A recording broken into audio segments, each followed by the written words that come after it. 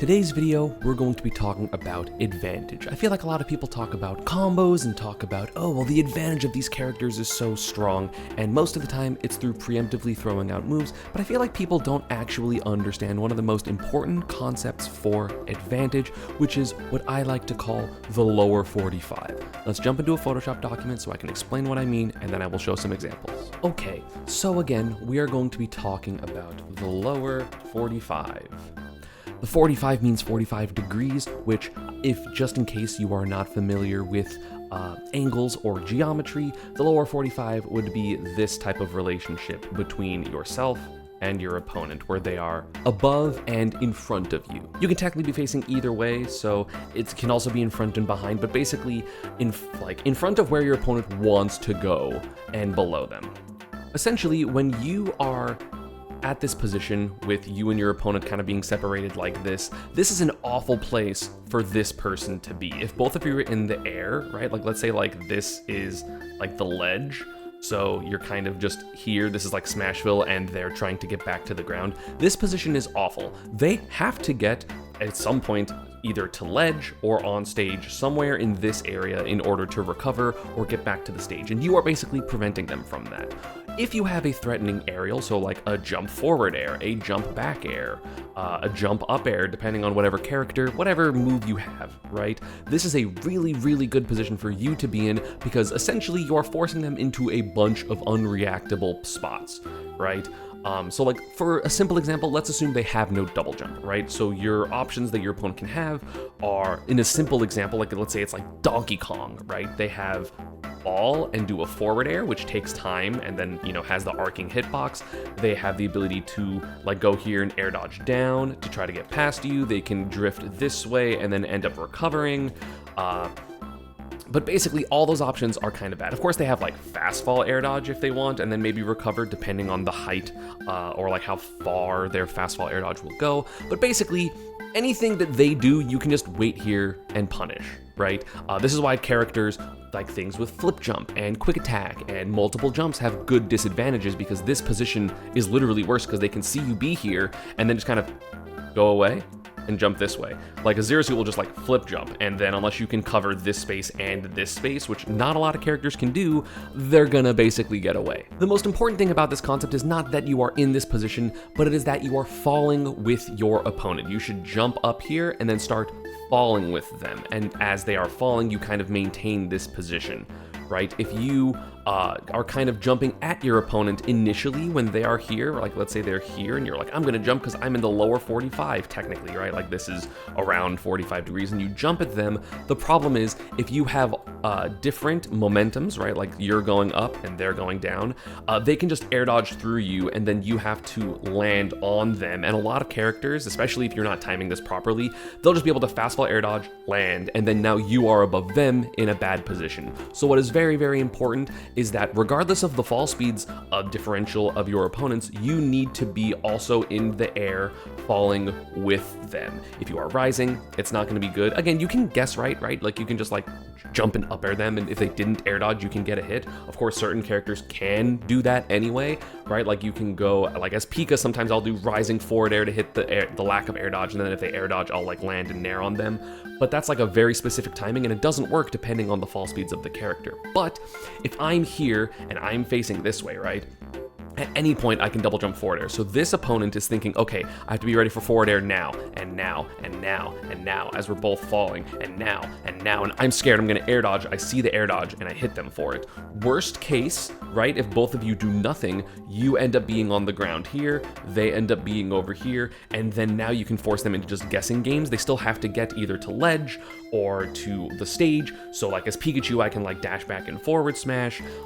You know, characters can obviously still like directional air dodge this way, but then again, that's very punishable. Anything they can do is punishable. Worst case, they kind of like land in the corner if I gave up space. So now I'm like here and they're here. all this is gone, or they're like grabbing the ledge and you're ledge trapping them, right? The lower 45 is so important because you can just kind of be in a position where you can hit your opponent for being in disadvantage, right? Of course, the lower 45 is better off stage than on stage, right? Because they have to go to a specific point, they have to get back to stage or they're going to die.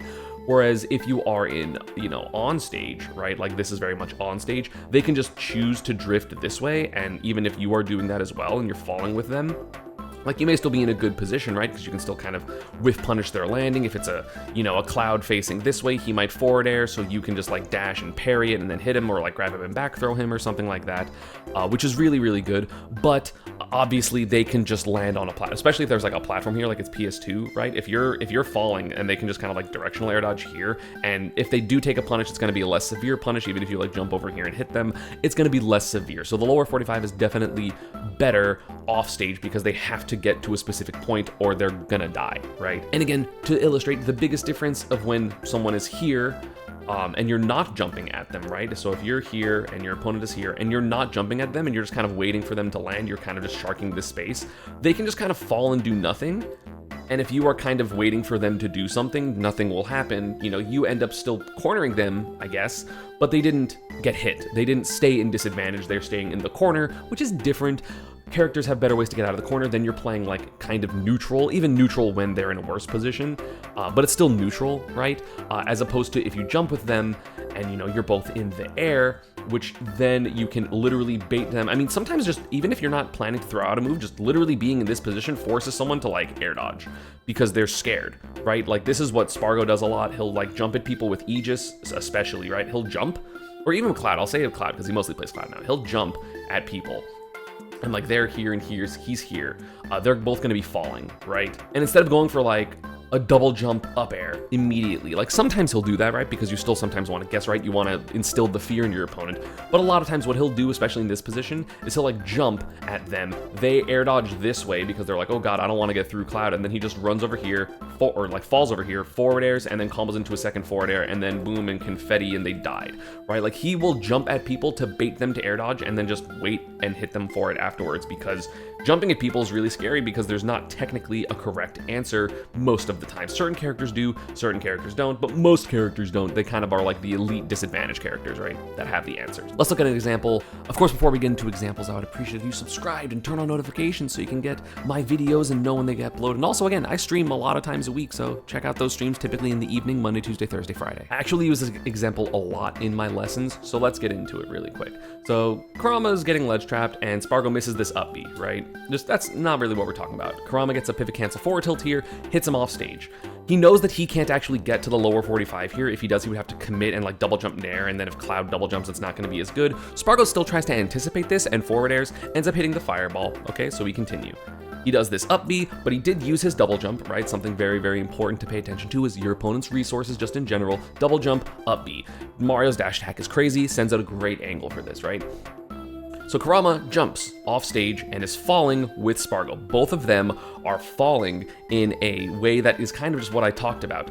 So in this example, right, Kurama like runs or jumps off stage and starts moving this way to kind of, again, match the fall of Spargo. Because again, similar to how I said you don't want to be going up when your opponent is going down, you don't want to be going right when your opponent's going left, because again, if they guess right, they are able to get around you, and you're going to be in a worse position, because like if Kurama just holds forward here and back airs and Spargo air dodges, Kurama cannot get back to here and actually punish what Spargo is doing. So instead, he starts falling with him, right? So both of them are moving in this direction. And again, Spargo does not have a double jump, so he has to get back to the ledge. Something important to remember as well is air dodge distance, right? So if you know Cloud, if he does a directional air dodge here, he probably won't make it back to the stage. And also, again, Kurama's not necessarily having to do anything. So if Spargo does air dodge, he'll just be able to jump and back air him pretty easily, pretty consistently. Like Cloud's air dodge isn't that good, especially without limit. So that's not really an option. And at some point, like Cloud has to up B, or he has to just get back to ledge, right? And there are specific spots that you have to know of people's recoveries where they can and cannot recover. So basically, Spargo knows this, obviously. He knows, hey, if I forward air here, I will have time to up B if I'm right, if Kurama just tries to jump and back air me. But Kurama uses the lower 45, even though in this case it's more of a lower like 30-degree angle. Spargo whiffs the forward air because he has to do something to initiate, otherwise Kurama can just wait and back air at certain points when the up B will not make it back to ledge. For Spargo, he cannot air dodge because the air dodge will make him go too far down and he won't be able to recover. So Kurama knows this, is just waiting for Spargo to do something. Spargo does do something, and then Kurama fast falls and back airs him for the stock. So again, let's watch it in slow-mo. Gets the pivot cancel forward tilt, right? Fireball, Spargo forward airs to try to hit him for going off stage. Double jump, up B, Mario's dash attack is really good at two framing, and he jumps off stage and then starts moving to the left to match the drift of Spargo, which again, this forward air barely whiffs. Like, this is not a far whiff, right? Like, pretty close. So again, Kurama, obviously an amazing player, and then gets that double jump back air. That is exactly what I'm talking about. So I'm going to be using Pro Controller to actually record both mine and my opponent's inputs. So let's go over some examples, right? So after I hit this forward air, right, even with double jump, again, so we're going to go over basically what Donkey Kong can do. If I dash and jump with a short hop here, Donkey Kong is basically forced to interact with me, right? Because at any point I can just double jump back air, I can very much scare him. So at this point, Donkey Kong needs to do something to get around me. Again, realistically, he could just like hold in and air dodge, right? But if he directional air dodges like this, I, as the person who is in the lower 45, can kind of see that and then hit him for it. I don't know if I actually timed this right, but you get the point, right? And then that can be stock. Of course, if they don't air dodge, I can always jump and back air them if they're not ready, right? So they're like holding in and they can get hit by this, which then turn, you know, edge guarding position, whatever. And of course, one option that Donkey Kong can do here, because he has double jump, is straight up just double jump to the right. You know what I'm saying? You can just double jump. But again, I can see a double jump, right? And he's holding in.